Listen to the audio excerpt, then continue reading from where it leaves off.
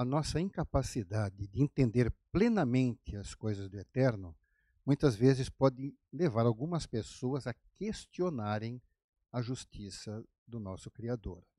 Vamos ver o que dizem as Escrituras a respeito disto.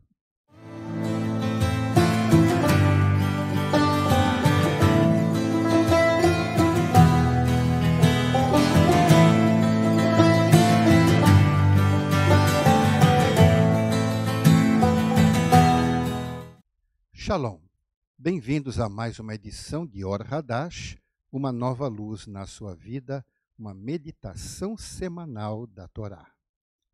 Nós observamos que algumas pessoas podem questionar muitas vezes a justiça do Eterno.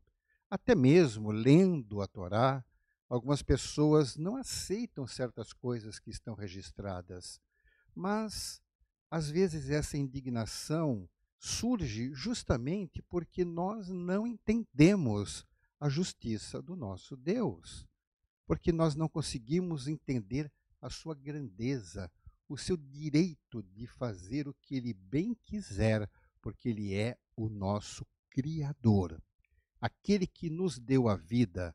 Não fomos nós que resolvemos existir, ele nos fez.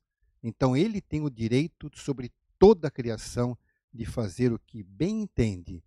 Ele estabelece as regras do que é justo e do que é injusto, e não nós. Então, algumas pessoas podem se dizer que são até mesmo arrogantes quando chegam a expressar que há injustiça da parte do nosso Deus.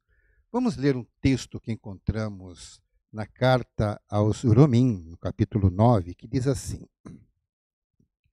Entretanto, a presente condição de Israel não significa que a palavra de Deus tenha falhado, porque nem todos os de Israel são verdadeiramente parte de Israel. Na verdade, nem todos os descendentes da semente de Abraão são realmente Israel.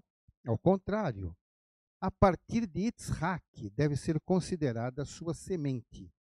Em outras palavras, os descendentes físicos não são filhos de Deus, mas os filhos da promessa referem-se a quem deve ser considerado semente de Abraão.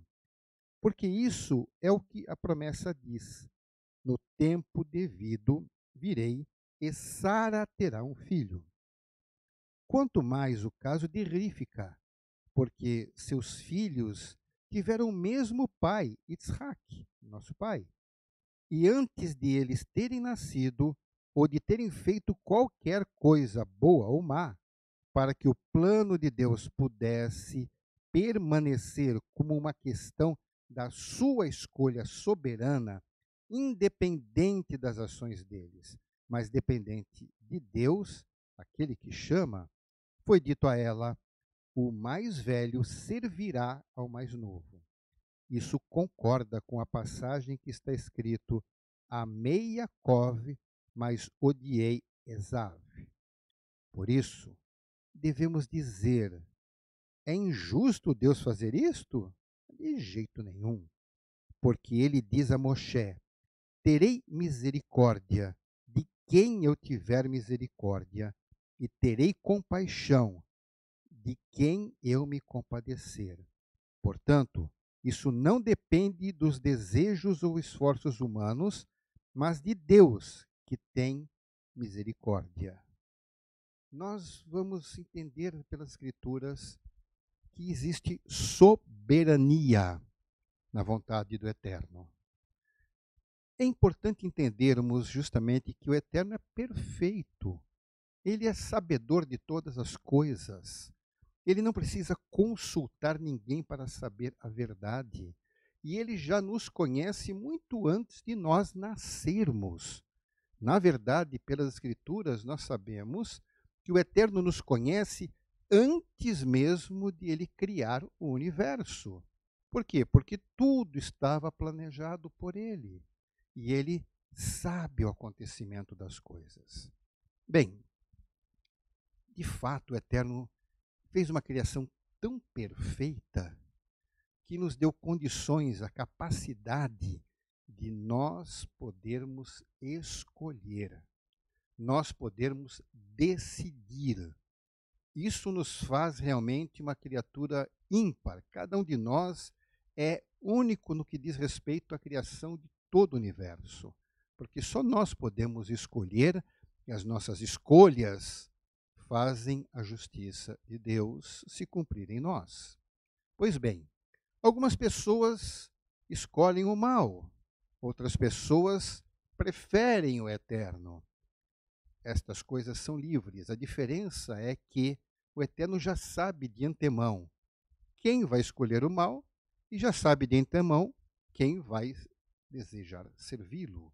Isso é algo que nós aprendemos das Escrituras. Então, ele já conhecedor de tudo isso, nós vemos que o escritor da carta aos Romim, ele realmente analisa esse aspecto. Ele vê que, por exemplo, o caso de Erífica, que teve 2 filhos gêmeos. Ou seja, eles tiveram não somente o mesmo pai físico, mas eles tiveram o mesmo momento de geração. Eles foram gerados juntos, nasceram juntos, praticamente no mesmo dia. Mas a diferença entre eles era total. Por quê? Porque cada um escolheu para si as suas escolhas foram individuais. Um preferiu obedecer o eterno, o outro resolveu fazer o que ele bem queria. Pois bem, antes então de haver o nascimento, o eterno já havia dito para sua mãe que o mais velho, aquele que simplesmente nasceu primeiro, porque dos 2, um tinha que sair primeiro, às vezes a diferença é pouco tempo, mas o que nasceu primeiro, que deveria teoricamente ter todo o direito da primogenitura, ele vai servir o mais novo. Por quê? Porque o Eterno decidiu que seria assim. E por que ele decidiu que ele seria assim? Pela sua capacidade, pelo seu direito, pelo seu conhecimento.